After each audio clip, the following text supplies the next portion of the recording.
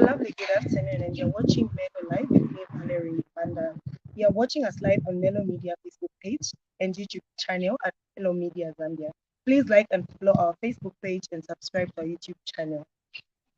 So today we're talking about spiritual intelligence with Dr. Mukuka, who is the CEO of the Society for Spiritual Intelligence, Leadership and Democracy. Society for Spiritual Intelligence, Leadership and Democracy provides training and formation in communication, spiritual intelligence, servant leadership, and promotes democratic practice. So I'm just going to welcome Dr. Mukuka. Thank you, Dr. Tassicius Mukuka, for coming us into your home, which also serves as the office for the Society for Spiritual Intelligence, Leadership and Democracy. Thank you once more. So, in a few words, who is Dr. Tassicius? Being a 65-year-old, it's almost very difficult to know where to start. I grew up on the Copper Belt. I was born in 1956, 18th of December. So for most of your viewers, I would have been born in Northern Rhodesia. And then a few years later, in 1964, I started school. At a very early age, particularly in secondary school, I sort of did not like the idea of a 9 to 5 job or 8 to 5 job. I wanted a job where I could make a difference. And my best subjects in school were mathematics and science. And if it was today, probably I would have been an astrophysicist. But fate or providence turned out that I went to a Catholic secondary school in Ndola, and I ended up training for the Catholic priesthood, and I became a priest. Yes, and I was a priest for 14 years. And then after 14 years, something unscripted happened. I had a son outside wedlock. And I began thinking, my church doesn't allow me to play a role in my son's life. So a few years after my son was born, before he became a teenager, I decided to leave the priesthood and to concentrate on being a part of his life. So, who is Tassicius Mukuka? I'm very passionate about the equality of the sexes, and that for me, men and women were created equal. So I don't understand societies which give the impression that men are more important than women. So I see myself essentially as an educator, but I'm also an innovator. I like to look at things from a totally different perspective. You know how most people, when they see something happening, they often ask the question, why is this happening? I like to think of myself as a person who looks at things that are not happening and asking myself, why are they not happening? For example, I can't understand why out of the 7 presidents we've had since 1964, we've not had a female president. I don't understand. So that's issues in a very roundabout way. Wow. Okay, so we heard that you're a firm believer of gender equality, right? Yeah. Okay, so how and when did the idea of spiritual intelligence come about? Interesting. Up until a year ago, and I'm a researcher and I'm an academic, I had never really heard about the idea of spiritual intelligence because for you and me, there's only one intelligence, namely IQ, intelligence quotient. Other types of intelligence sounds like things people make up. last year, around about August, I was finishing my contract with the university I was working for, and for whatever reason, my contract was renewed. I knew it wasn't for lack of performance on my part. I would like to describe it as my tendency to shoot off with my mouth, especially telling truth to power. I think that didn't go down very well, especially that in most institutions I've worked, I was kind of a senior statesman, and my former university didn't take that to kindly. So when the contract was not renewed, I began thinking, should I really be working for someone, for the government, for anyone? Where is it that I can make the biggest impact or legacy? The thought occurred to me that it is in the area of research. And my immediate inclination was to do something that has to do with the equality of the genders. And that's how I began getting into spiritual intelligence purely by accident. So then I began reading, and I found this was what I have been waiting for. Yeah. Okay, so in simple terms, just for the sake of the viewer who might be wondering what spiritual intelligence is, maybe you could just explain that a little bit. And can it be measured? Spiritual intelligence, is there a way of measuring it? That is a very controversial issue, especially measuring part. The first part, I think, is easier to understand. We've not had spiritual intelligence in our vocabulary for a long time. It goes back to 1997 to a lady, an academic and a researcher by the name of Dana Zohar, an American, 1997. Before that, people began to question whether there was just one intelligence or there were many intelligences. But fortuitously, people like Dana Zohar discovered that actually by 1983, we had come to the conclusion in the academic field that there is more than one intelligence. Some people think, oh, there's just intelligence quotient. And a scholar, American scholar by the name of uh, Howard Gardner, wrote a book in 1983 entitled Multiple Intelligences. He discovered that people are intelligent at various types. And the more you can combine more than one intelligence, the more intelligent you are. But Howard Gardner was asked much later whether we could classify a thing called spiritual intelligence. He refused. He said the metrics and the measurements are not clear or objective.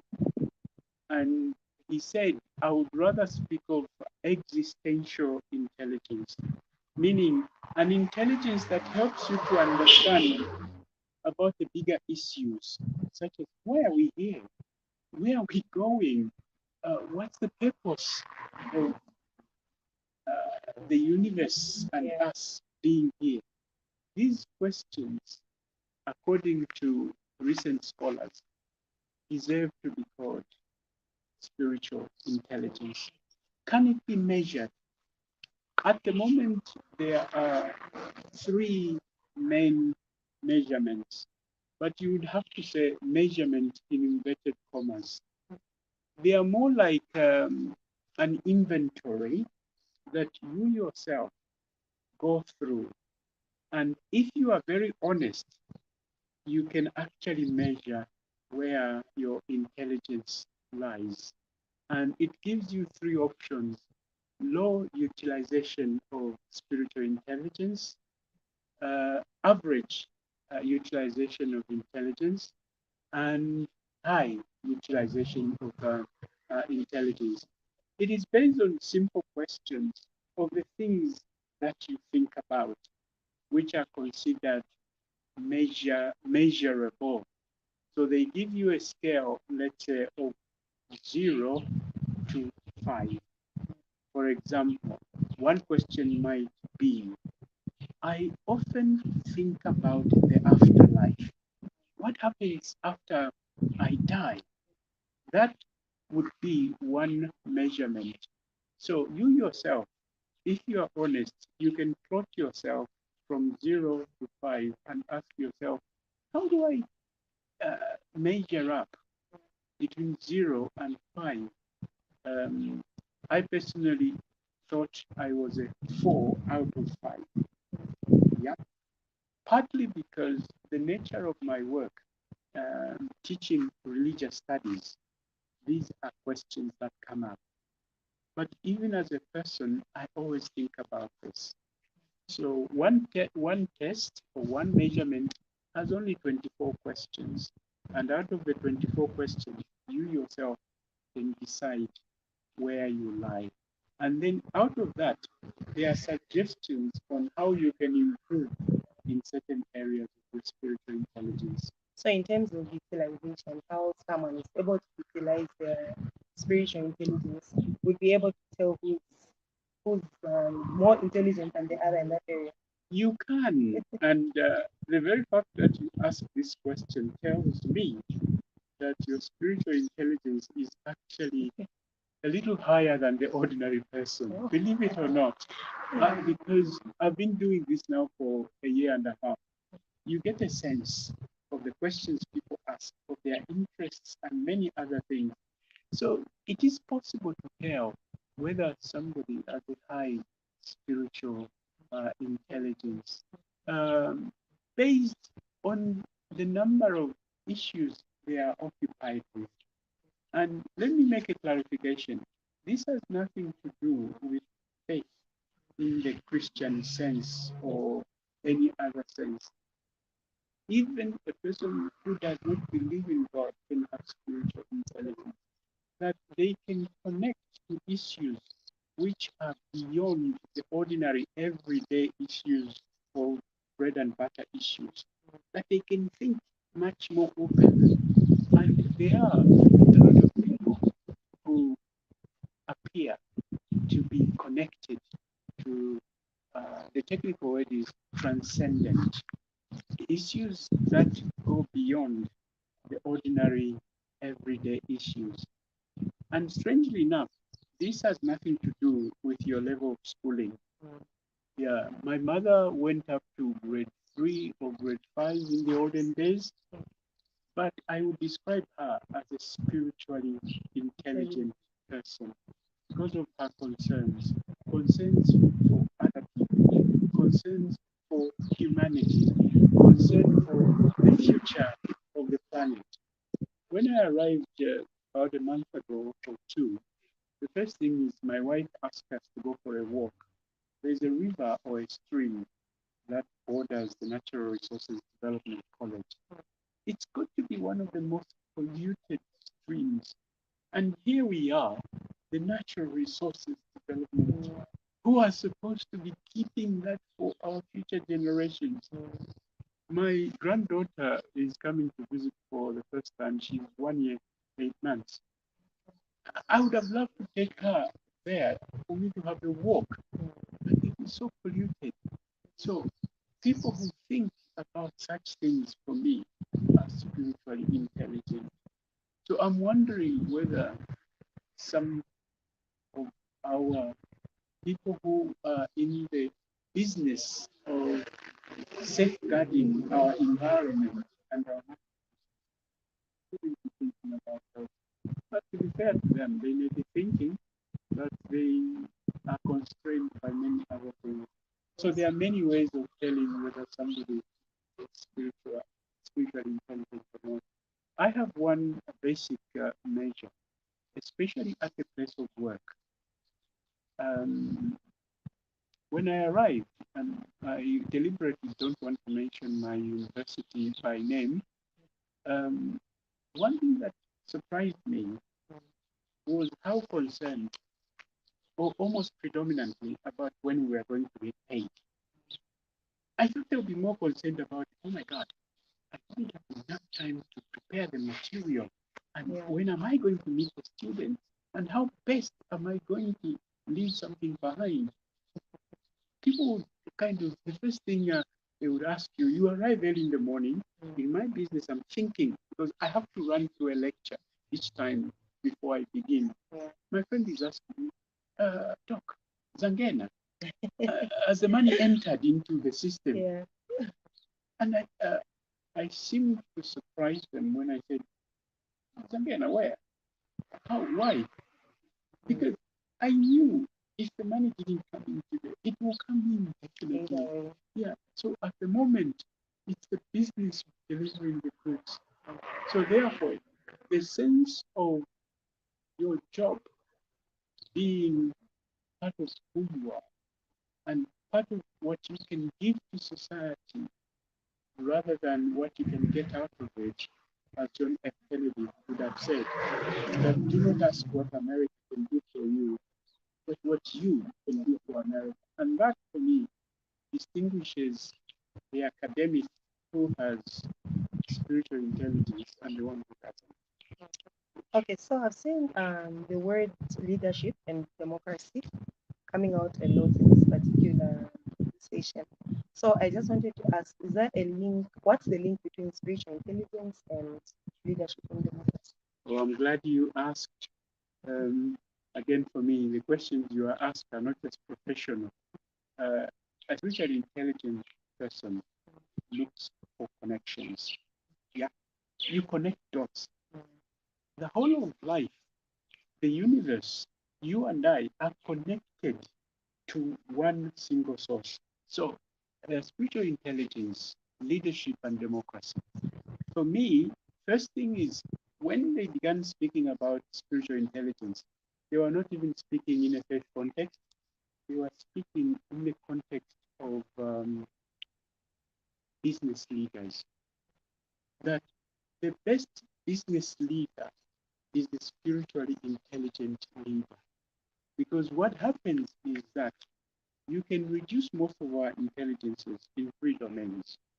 You have the rational intelligence, you think things through, but you also have the emotional intelligence. And then third, the spiritual intelligence. The spiritual intelligence is the driver, the organizer of the other two domains. So if you are an auditor, if you are a media person such as you, spiritual intelligence makes you better at what you do. Yeah. And therefore, when it comes to leadership, spiritual intelligence produces the best leaders. Yeah.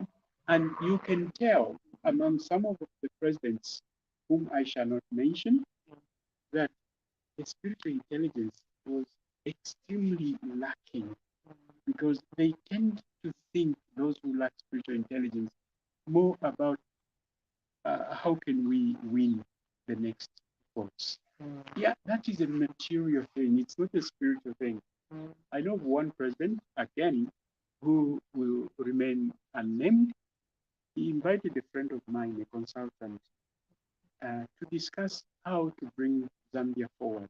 My friend had been advising the Rwandan government, and you know where Rwanda is, miles ahead of even Zambia.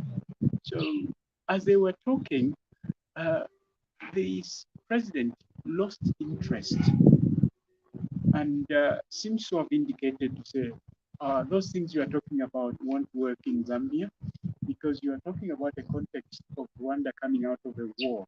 We never came out of a war. So therefore, there is no motivation for that kind of thing. And then he turned around to the vice president who was in the room and said, how did we do in the by-elections? Those are the real issues. What Francois Paya calls the politics of the belly. He was more worried about the politics of the belly. How did we do? So the vice president says, no, we did very well. We lost. And then says, why did we lose? Says, no, the opposition went in before us and gave out a lot of material, drinks, and money, and many other things. The president says, why didn't you tell me so that we could have offered more? Now, for me, that guy, the spiritual intelligence is just slightly above zero. I'm exaggerating a little bit. Yeah. Dr. Mukuka, we're coming to the end of the program. Thank you so much for coming. But in your closing remarks, is there anything that you would like to say to the viewers?